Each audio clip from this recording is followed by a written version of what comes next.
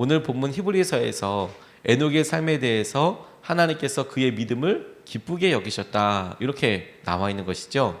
오늘 이 에녹의 삶을 통해서 하나님께서 어떻게 하면 기쁘신 삶을 기쁘게 해드리는 삶을 우리가 살까? 우리의 믿음에 있어서 어떤 것들이 하나님을 기쁘게 하고 우리에게도 기쁨이 될까? 그 기준에 대해서 오늘 아침에 같이 붙잡고 기도하고 싶습니다. 첫 번째로 우리가 같이 붙잡고 기도하고 싶은 믿음의 기준은 하나님께서 당신과 동행하는 것을 하나님이 기뻐하신다는 것입니다. 그것이 우리에게도 기쁨이지만 하나님께서 에녹의 삶에 있어서 기쁨을 무엇이라고 보셨나? 하나님과 동행하는 것이라는 것을 우리가 주목해 볼 필요가 있겠습니다. 창세기 히브리서 11장 5절 말씀을 보면 믿음으로 에녹이 그리고 죽지 않고 하늘로 옮겨갔습니다. 하나님께서 그를 옮기셨으므로 우리는 그를 찾을 수 없었습니다. 옮겨가기 전에 그는 하나님을 기쁘게 해드렸다는 증언을 받았다. 옮겨가기 전에 그렇게 했다고 들었는데 그 옮겨가기 전에 어떤 일이 그러했느냐 찾아보니까 창세기 5장에 22절과 24절에 주목하게 되는 단어가 있는데 에녹은 무드살레를 낳은 뒤에 300년 동안 하나님과 동행하면서 24절 에녹은 하나님과 동행하다가 사라졌다 이렇게 이야기하고 있습니다. 그가 하나님과 같은 길을 걸었다. 이 말이 하나님과 함께 살면서 하나님을 인정하고 하나님의 은혜를 함께 누리고 하나님께서 행하시는 것에 대한 그런 은혜를 날마다 누리면서 친밀하게 그 임재를 붙잡고 살았다 이런 의미일 것입니다. 그가 하나님과 동행하였다. 그가 보기에도 하나님이 함께 하시는 것을 알았고 하나님도 그러했다고 느꼈고 심지어 주위에 있는 사람들도 에녹과는 하나님께서 함께 하신다라는 것을 알았다라는 것이죠. 에녹의 삶을 단 한마디로 이야기하면 그의 삶이 다른 사람의 삶과 다른 것이 무엇이냐 딱 한마디로 이야기한다면 동행이라는 표현을 할 수 있겠습니다. 그런데 그 동행이라는 것에 대해서 하나님께서 그의 생전에 있었던 그것을 기뻐하셨다라는 것이죠. 하나님이 당신과 함께하는 사람들의 마음을 그의 믿음을 그게 믿음이야 라고 인쳐주셨다라는 거예요. 하나님께서 그런 삶 자체를 기쁨으로 여겨주셨다라는 것이죠. 이것은 이 땅에서 사는 우리에게 굉장히 중요한 믿음의 도전을 한다고 생각하게 되었습니다. 우리는 주님 우리가 연약하기 때문에 우리와 함께 해주십시오. 우리가 주님과 함께 동행하기 원합니다. 주님과 함께하는 것이 우리에게 기쁨이고 안정감입니다. 평안입니다 라고 고백하고 그렇게 간절히 주님께 구하지만 그런데 에녹의 삶을 통해서 우리가 볼 수 있는 게 무엇이냐면 하나님은 이러한 삶 하나님과 우리가 동행하고 하나님의 뜻을 알고 삶에서 일상과 소소한 것까지도 함께하고자 하는 그런 것을 기뻐하신다는 것이죠. 커다란 일을 이루는 것보다 하나님께서 기뻐하시는 삶은 그분과 온전히 함께하는 것에 대해서 기뻐하시는데 그 수준이 어느 만큼이냐 능력을 바라는 엘리야만큼이나 날마다 소소한 그 사람을 세상에 두지 않고 하나님 나라에 데려가서 함께할 만큼 그렇게 기뻐하셨다는 것이죠. 하나님 입장에서는 에녹이 이 땅에 있는 것이나 하나님 나라에 있는 것이나 차이가 별로 없습니다. 그런데 에녹도 그렇지 않습니까? 에녹도 이 땅에서 사랑하는 하나님과 함께하는 것이나 하나님 나라에 그렇게 불려 올라간 것이나 에녹 입장에서는 바뀐 게 없다라는 것이죠. 근데 이게 우리에게 굉장히 커다란 도전이 되는 거예요. 하나님 이 땅에서의 삶이나 하나님 나라에 가서의 삶이나 하나님과 온전히 함께하는 것에 있어서 동일한 삶을 그렇게 하나님과 동행하고 하나님을 명확하게 인식하고 살아가는 그런 은혜를 누리게 해주십시오. 하늘나라가 이 땅과 다른 것이 딱 하나 있다면 거기는 어떠한 것도 하나님의 영광을 부인할 수 없을 만큼 명확한 하나님의 임재와 영광이 있는 곳이라고 요한계시록은 말하고 있거든요. 하나님 이 땅에서 우리가 그것을 노력하고 그것을 실험하고 그렇게 믿음으로 살아가서 하나님을 기쁘시게 하는 삶을 살게 해주십시오. 이렇게 우리가 기도하고 싶습니다. 한 번은 어떤 전도사님이 이렇게 설교를 이렇게 쓰셨는데 본인의 삶에 있어서 아주 어려운 부분을 그 믿음으로 고백을 하셨습니다. 자기의 가정을 오픈하는 게 참 쉽지가 않거든요. 자기만 드러나는 게 아니라 사모님도 드러나게 되고 어떤 때는 자녀들도 드러나게 되니까 그게 쉽지 않은데 이분이 다루심을 받고 나서 본인 입으로 고백을 해서 아마 나눠도 괜찮을 거라는 생각이 들었습니다. 이분이 새벽기도 갔다 오면 출근하기 전에 그 쪽잠 자는 게 너무너무 맛있고 좋은 거예요. 그래서 새벽기도 갔다 와서 한 6시 반, 7시 되면 한 1시간 반 이렇게 자다가 9시까지 출근을 하는데 이게 포기할 수 없는 기쁨인 거죠. 그런데 아침마다 특별히 젊은 가정에는 그 시간에 어마무시한 지각 변동이 있습니다. 날마다 아이들을 깨우는 일이거든요. 이게 보통이 아닙니다. 애들 유치원 등원시키는 게 이게 애들이 뭐 말을 들어야죠. 아침마다 공룡 한 마리씩 이게 부화가 된다고 생각하면 됩니다. 으악 이러면서 날마다 이제 이런 일이 일어나게 되는 거죠. 그런데 이 쪽잠의 미련이 있지 않았습니까? 그러니까 애들은 보냈는데 그건 온통 사모님 몫이고 이 전도사님은 어떻게든 좀 이렇게 쭈그리고 앉아서 누워서 자려고 그러는 거예요. 그러면 아침에 이 아이들끼리 날마다 난리가 나는 일이 막 소리가 일어나부터 시작해서 밥 먹어야지 흘리지 마 이런 이야기가 막 들려오는 거죠. 그러다가 불똥이 자고 있는 이 전도사님한테 하는 거예요. 당신은 밥 숟가락이라도 좀 갖다 놔놓고 애들 깨우기라도 하고 옷이라도 좀 챙겨주고 그래야지 이게 뭐 하는 거냐고 이제 불똥이 이렇게 튀기는 거예요. 그러니까 자면서도 점점 이 불길이 자기한테 오는 게 이제 느껴지는 거죠. 이쯤 되면 나한테 이제 말을 걸 거다. 이걸 이제 본능적으로 아는 것이죠. 그런데 하루는 주님 생각이 나더라는 겁니다. 주님께서 이 가정에 함께하고 계시라고 자기가 기도했고 실제로 이 가정은 분명히 주님께서 함께 하시는데 그렇게 떠올려보고 주님은 어디 계실까 이런 생각을 해보니까 그냥 주님 모습이 마음속에 그려지는 것 같더랍니다. 주님께서 소파 이렇게 이런 데 있는 게 아니라 저 문 바깥에 나가서서 이렇게 주머니에 손 이렇게 넣고 쭈그리고 있으시면서 야, 이렇게 불러놓고 니들은 이렇게 앞에서 싸우냐 이렇게 이런 느낌이 들더라는 거죠. 집에 주인이라고 불러놨는데 이거 온통 바깥 뒤집히니까 이건 뭐 앉아있기도 불편하고 뭐 이거 TV를 보고 있기도 불편하고 주님이 진짜 불편하시겠다. 마치 우리들이 친한 집에 갔어도 그 부부가 싸우고 나면 어떻게 나갈 수도 없고 들어가 앉아있을 수도 없고 말을 걸 수도 없고 그런 상황이란 똑같이 주님이 그런 모습이겠다 이런 생각이 드시더래요. 그래서 기도하면서 그래, 내가 이런 것 꼭 좋은 방향이 아닌 것 같아. 그래서 결단을 하고 그 1시간 반을 주님께 드렸답니다. 1시간 반을 주님께 드리는 방법을 한 것이 무엇이냐면 자지 않고 집에서 애들 깨워서 그래서 이제 등원시키는 거, 어린이집 보내는 거. 네, 이거 한번 해봐야지. 그래서 월요일서부터 부산을 떨고 막 그렇게 애를 깨우고 밥 먹으라고 다그치고 뭐 애들 입장에서는 엄마가 화내는 걸 아빠가 화내는 거겠지만 그렇게 깨워가지고 막 보내고 그러니까 사모님이 한 말씀 안 하시더래요. 아마 속으로는 며칠 가나 보자 아마 이런 생각이 들었겠죠. 그런데 뭐 일주일이 지나도 이분이 계속 그렇게 하니까 일어나라 가라 그리고 막 데려다 줄까 어디까지 해라 심지어 막 애를 데리고 어린이집 차 있는 데까지 데리고 나가고 막 그러니까 그렇게 시간이 지났답니다. 그러니까 한 주 지나고 그 다음 주쯤에 본인도 체력이 한계가 있으니까 너무 힘들다는 거예요. 그래서 이제 또 쪽잠에 든 거죠. 새벽기도 갔다 와서 쪽잠에 들었는데 이제 아침에 그 일이 일어난 거예요. 막 일어나라 이렇게 얘기하는데 근데 그날따라서 본인이 느끼기엔 굉장히 다른 날이 되더라는 거죠. 소리가 달라지더라는 거 소리가 달그락달그락 설거지한 거 할 거 애들 준비할 거 이런데 소리가 벌써 잦아들고 애들한테도 야 아빠 깨시니까 살살 해라 살살해 얼른 준비하고 가라 이렇게 이야기하더라는 거죠. 그게 자면서도 하도 신경을 쓰니까 다 들리더래요. 자는데도 귀가 이따만해져가지고 오늘 무슨 이야기를 하나 이런 이야기가 다 들리더라는 거죠. 그런데 말입니다. 본인이 그렇게 하면서 기도하면서 했던 주님의 모습을 그려보게 됐대요. 주님이 지금쯤 어디에 계실까 그런 생각을 해보니까 주님이 너무 편안한 모습으로 소파에 이렇게 크게 앉으셔서 이렇게 TV 보고 계시는 것 같더라는 거예요. 제일 편한 자세로. 뭐 무슨 TV 프로그램이 중요한 게 아니라 이곳에 내가 지금 다스리고 있는 이건 내 집이다. 이건 내 집이고 내가 정말 편안하게 마음 편안히 있을 수 있다. 이런 이야기를 하더라는 거예요. 제가 그 이야기 전하시는 걸 보고 진짜 재밌는 상상이고 하나님이 정말 그러시겠다는 생각이 들더라고요.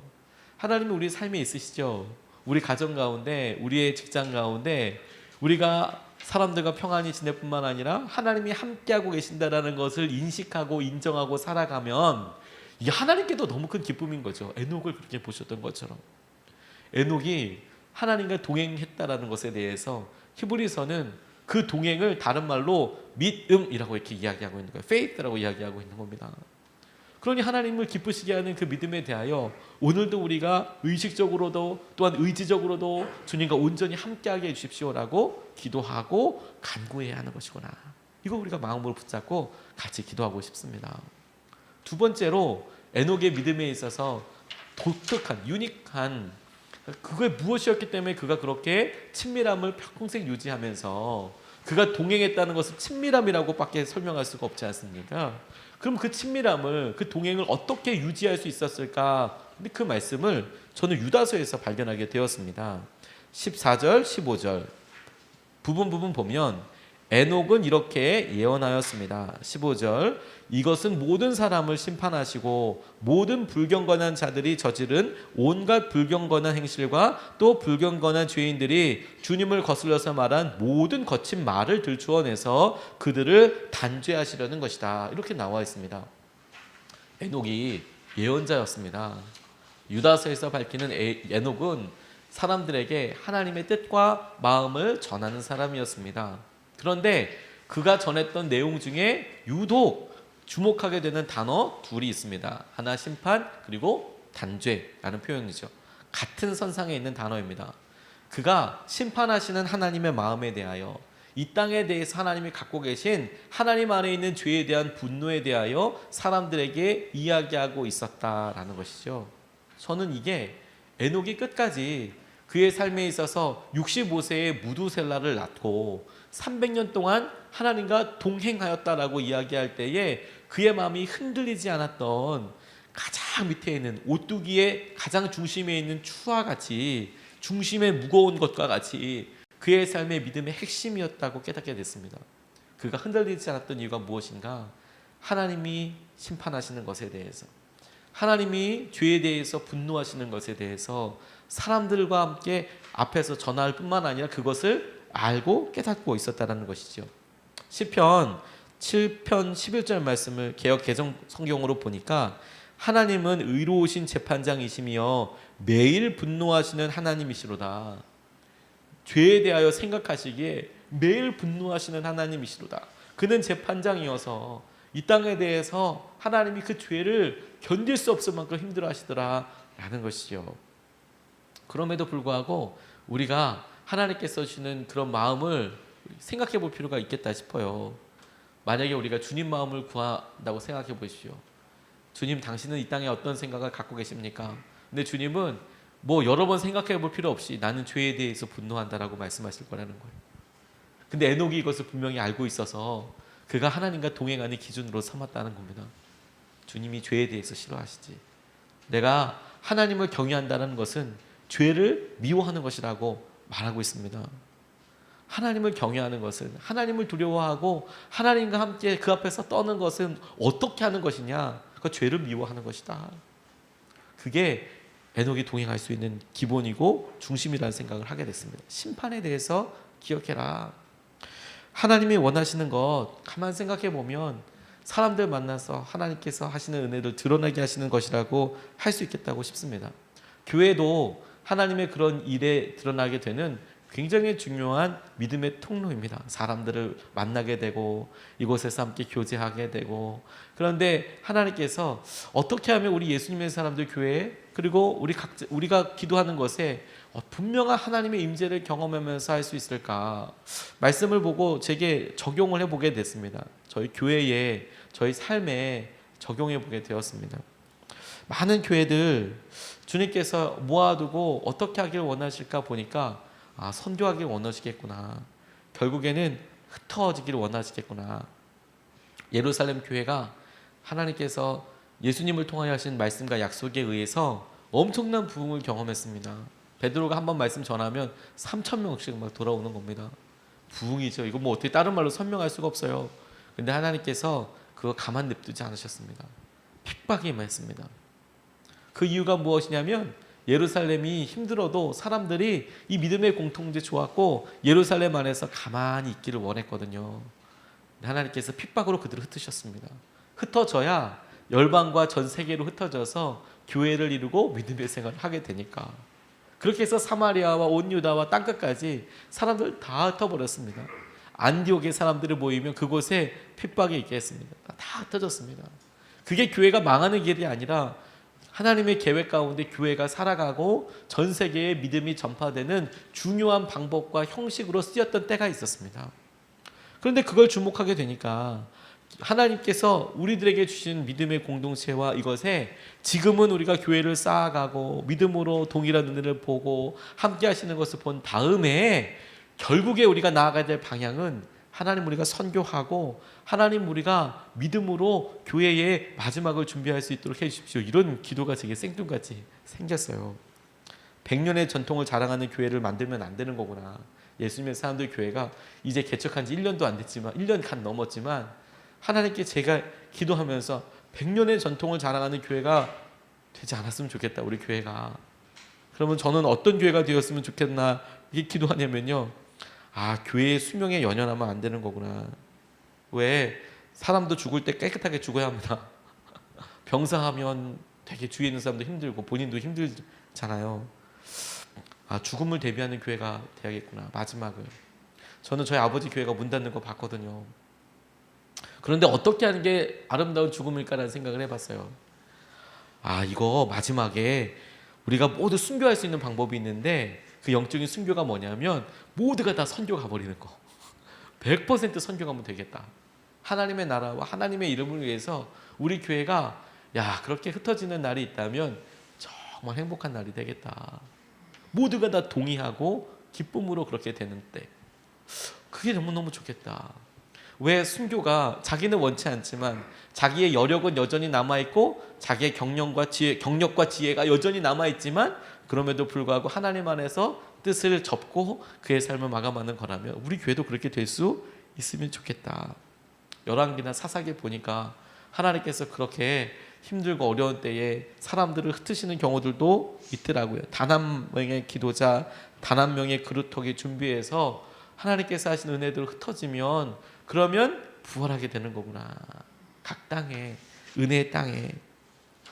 예수님의 사람들 교회는 하나님께서 우리에게 얼마만큼의 시간으로 각각 역사하고 인도하실지는 모르겠지만 굉장히 중요한 믿음의 도전을 하고 계신다는 생각을 하게 됐어요.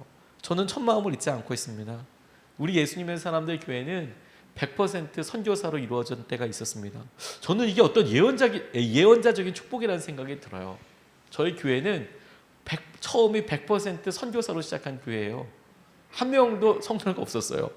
저희 교회는 한 명도 그 분리 개척을 하면서 그 교회 개척 멤버라고 하는 게 없었어요. 정확하게 얘기하면 저랑 저희 집사람이 있었어요. 근데 개척을 하는 거니까. 그리고 개척 멤버가 없었기 때문에 첫 예배 드릴 때 100% 그냥 파송 선교사였어요. 근데 저는 마음이 먹먹하더라고요. 파송 선교사들이랑 끝까지 선교사적인 삶은 되겠구나. 죽을 때까지 그렇게 살면 되겠구나. 선교사라는 거 잊지 않고 저희 교회 등록을 했었어도 귀하신 분들이 믿음의 선택을 했었어도 마음은 똑같이 살고 살아야 되는 거구나. 그리고 우리가 하나님께서 원하시는 사명과 은혜 가운데 날마다 깨어 있는 것이구나. 우리가 무엇을 해야 되는지 잊지 않는 거구나. 그게 심판을 기억하는 것이라는 생각이 들었어요. 그게 마지막을 기억하는 것이라는 생각이 들었습니다. 그게 우리가 하나님께서 행하시는 은혜를 기억하는 것이고 우리의 사명을 기억하고 하나님께서 행하시는 것을 붙잡는 것이라는 생각이 들었습니다. 여러분, 우리가 우리의 가정에서도 똑같이 적용할 수 있습니다. 우리의 가정이 주님께서 하시는 말씀과 은혜 가운데 흩어지게 되는 날, 우리가 하나님 말씀에 불려서 하나님 나라에 가게 되는 날, 심판을 기억하고 마지막 날을 기억하면 하나님께서 더 가깝게 우리 가운데 계시는 것을, 오늘 하루가 얼마나 소중하고 얼마나 하나님께서 기가 막힌 일을 이루시는 일인지 우리가 믿음으로 똑똑히 보게 될 것입니다. 우리가 오늘 에녹의 삶을 통해서 이 말씀과 은혜를 같이 붙잡고 싶습니다. 오늘 두 가지 말씀을 같이 나눴습니다. 첫 번째, 하나님께서 에녹의 삶을 기뻐하셨는데 그의 기쁨의 중요한 정체감이 무엇이었냐, 핵심이 무엇이냐, 그가 하나님과 동행하는 것을 하나님께서 기쁘게 여기셨다라는 겁니다. 두 번째, 그가 어떻게 그러면 평생 그렇게 하나님과 동행하면서 살 수 있었나, 어떻게 그런 친밀한 가운데 있을 수 있었나, 그것은 그가 하나님의 심판에 대해서, 하나님이 죄에 대해서 단죄하시는 것에 대해서 깨어 있었기 때문이다. 하나님, 이것이 우리 가운데 있게 해주십시오. 우리가 두 번 나눠서 같이 기도하고 싶습니다.